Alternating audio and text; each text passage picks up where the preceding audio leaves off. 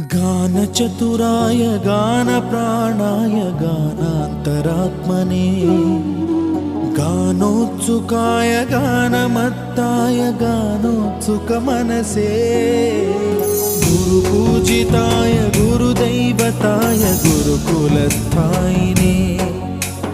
गुरुविक्रमाय गुह्यप्रवराय गुरवे गुणगुरवे गुरुदैत्यकलक्षेत्रे गुरुधर्मसदाराध्याय गुरुपुत्र परित्रात्रे गुरुपाखण्डखण्डकाय गीतसाराय गीततत्त्वाय गीतगोत्राय धीमहि